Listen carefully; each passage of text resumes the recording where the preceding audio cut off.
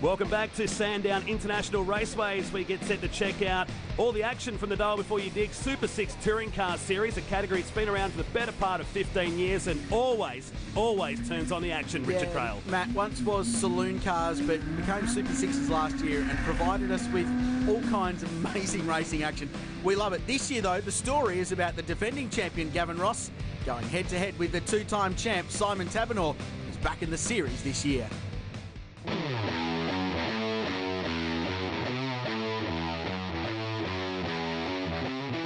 Yeah, I went to the Kuma, it was a V8 supercar, touring cars or whatever they call them. Yeah, we bought a BF and we ran it for a couple of rounds and that, but no, it just wasn't for us. We realised how much fun we were having in these, so we went, no, you know what, we'll just go back to what we were having fun with. Sometimes you've got to move away to learn what you enjoy. Yeah, it's good, yeah, we won back-to-back championships with it. We come back into it, we come back end of last year, and yeah, the guys have everybody's picked the game up a little bit and got to where we were when we left, I think. So we've just got to get his finger out and get back into it a bit more. Yeah, no, we had a good year, stellar year. We won it, won the series, so couldn't be happier with the way everything unfolded. It's really good. It was a lot of relief. So we haven't won a national championship before, so yeah, to do it last year with all the boys behind me and the missus, it was really good. Yeah, he's good. Yeah, he's all right. He's calmed down a bit now. So. He used to be very erratic and used to be quite exciting to watch in your mirror, but no, he's calmed down and yeah, he's driving it real smooth, heads in the game, he's good champion. Oh, he's a top driver. Yeah, he's a hard-nosed driver. He's always competitive, always fast, so yeah, he's as good as it comes. Yeah, the car's pretty much proven now. It's he's sort of stepped into a car that's a little bit unknown to him. He's getting a handle on it now, so whereas ours is the same old girl from a few years ago now, so yeah, it should be good. Oh, we're here. He's just got to come and get us, so yeah, it should be a good fight. He can look in his mirror because I will be coming for him, but whether we get to him is another thing. We'll say we'll be after him. Won't be through lack of effort.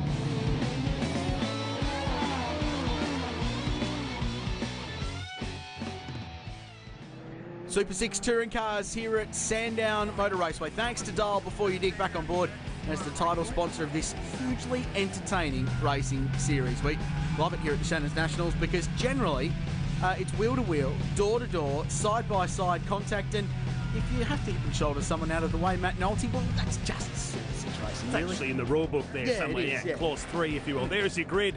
Confirmation of the results from races 1 and 2. Ross and Lindorf off the front row. Phelan and Jarvis. Lillis, who are on board with Justin and Shivers. Over the page to Matt Martin, Mark Primer. Down to Rick Gill, who's back in the category this year also. And watch for Gary Hills, the Performance West number 11 car, going from grid 16, excluded from race 2 after contact with Travis Lindorf earlier in the race. Got sent to the back of the field for this one, but he was third in race 1 earlier on Saturday. So he's a contender. He'll be charging his way through the field, but the defending champion leads them away from the front row of the grid. Gavin Ross in that bright green VT Commodore against the speedy Victorian alongside him in Travis Lindorf. The two Commodores completing what's been a Holden domination so far this weekend. Will things change in race 3? Will it change in turn 1? We've seen a few incidents already today. Good racing between these two. Plenty of love given there. Lindorf driving defensively on the inside line. It's the optimum line into this flip-flop, if you like. There is Ben Grice. Big story about Grice this weekend. He's just had the weekend from hell. Qualified on pole in dominant form, but had gearbox woes since then.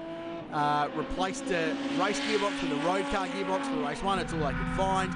He stormed his way through the field and got to 4th place, then had a selector issue in race 2. It jammed in 5th gear, dropped him back when they had the race gearbox back in. So it's been very, very challenging, but he's got great speed, so he'll be one to watch.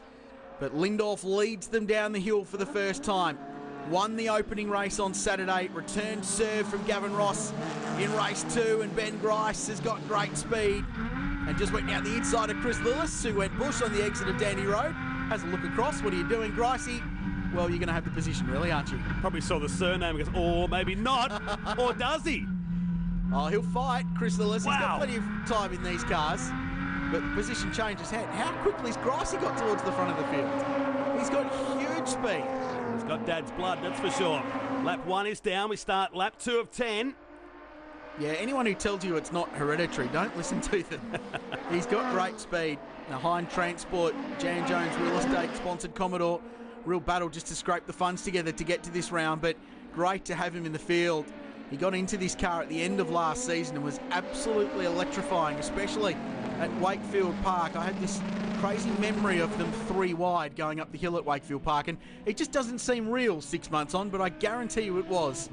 Amazing stuff. Here's Gavin Ross, that bright green car, champion last year.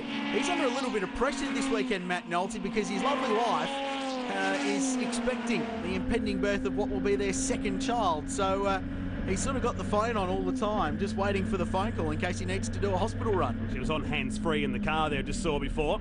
The Performance West entry of Hills goes down the inside. Brave stuff doing it down there, but manages to pull it off. Gets past Brent Edwards, one of the stalwarts of the category, one of the leading 4 drivers this weekend. Here's the start in slow motion. A little bit of wheel spin there just between the guardrails for Lindorf from the outside, but a pretty even start, isn't it, between the two of them? Who said these cars don't have power? They go all right, don't worry about that. 6-cylinder grunt from these cars, and this was that contact with Grice. Watch the head move here to the left. And look, what are you doing? Gricey, what are you doing to me? Seriously? That's great. It's lap 1. And he's third, Ben Grice.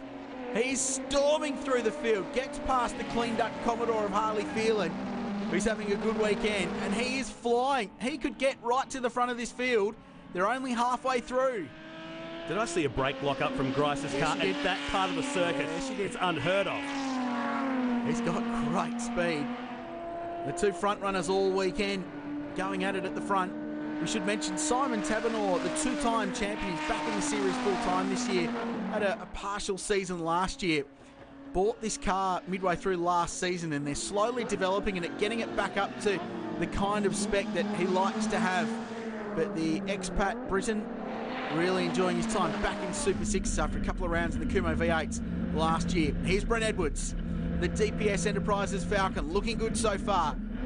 Just on the cusp of the top 10 down towards Dandenong Road. Would love a top 10 finish. He's got a bit of work to do as we work lap 5 of this race.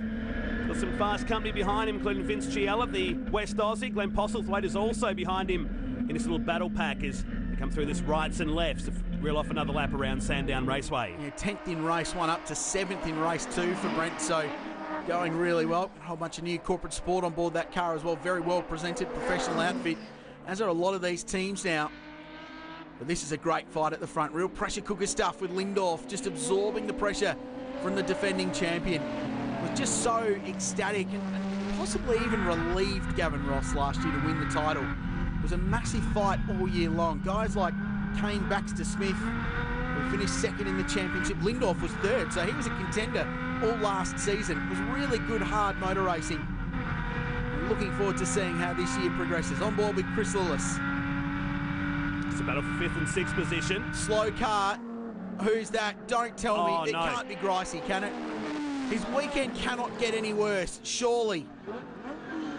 It's been a nightmare for the Queenslander, and I think it was Ben Grice slowing up the back straight in the Hind Transport Commodore. After all that work, ploughing his way through the field, the car is slowing out of our commentary box window, and he's going to drop right to the back of this field. This isn't done yet either. Gavin Ross hasn't given up. He won't be content to finish 2nd. And Travis Lindorf wants to kick off his season with a round victory. It's 1-1 at the moment, literally between the two of them. 1 race apiece in races 1 and 2 on Saturday. They go down to turn 1. No mistakes, just clean, hard driving from the two of them. They're very, very evenly matched, Matt Nolte. And 2 very well prepared and well presented cars. It is Gricey. He's gone from 3rd.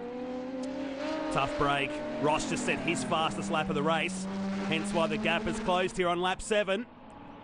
We had enormous pace in that car and set a couple of fastest laps in a row, closing in.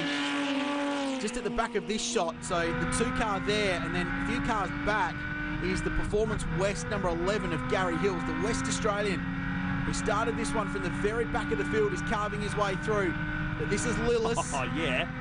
This is good stuff. He's around the outside. Hold on to it. Don't blink. Just look over quickly. Shut the door. He's done it. Nice move. Or has he? No, he had to use a bit of curve on the inside there to get through. But he gets the job done. And look at Hills, how quickly has he stormed his way through. So he needs to get past these two and he'll be P4. Well, there's one of them. So that's 5th. The car in front is 4th, and then it's quite a big gap to Harley Phelan, who's 3rd. Here's this move again. Lucky nearly to go off the track before he got to the Kerrick sign then. And you can see the Hills car in the background. This is the replay on board.